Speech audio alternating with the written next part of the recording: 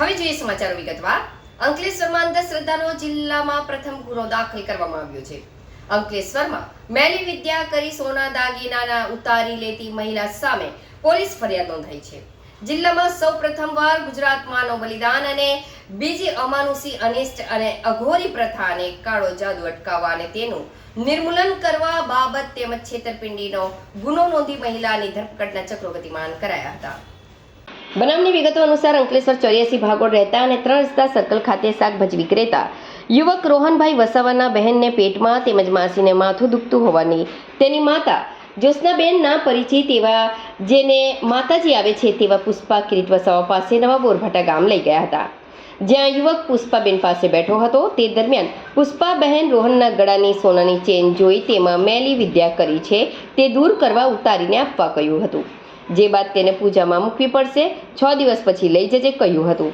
તમારી બધી તકલીફો દૂર થઈ જશે આમ કહી જે બાદ બીજા દિવસે પણ તેમની પાસે જતા વીટીમાં પણ મેલી વિદ્યા છે કહી તેને પણ લઈ લીધી હતી અને પૂજામાં મૂકી દીધી હતી, જે બાદ વિશ્વાસ સંપાદન કરી ₹20,000 રોકડા તેમજ તેના બજાજ ફાઇનાન્સ કાર્ડ પરથી બેડ ખરીદ કર્યો હતો, જે બાદ પોતાની સોનાના દાગીના માંગતા ગલ્લા તલ્લા કરી ખોટા કેસમાં ફસાવી દેવાની ધમકી આપી હતી।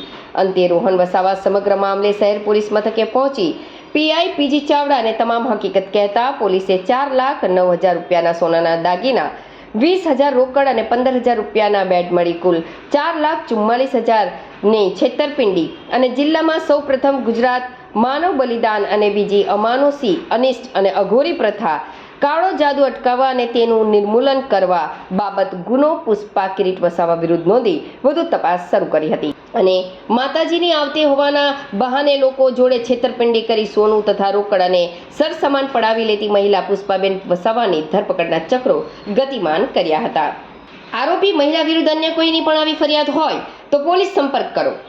મહિલા માતાજી આવતી હોવાનું જણાવી લોકો પાસે દાગીના રોકડ લઈ છેતરપિંડી કરી રહી હતી। તેના ગુજરાત માનવ બલિદાન અને બીજી અમાનુષી અનિષ્ટ અને અઘોરી પ્રથા અને કાળો જાદુ અટકાવવા અને તેનું નિર્મૂલન કરવા બાબત જિલ્લાની પ્રથમ ફરિયાદ નોંધાઈ છે।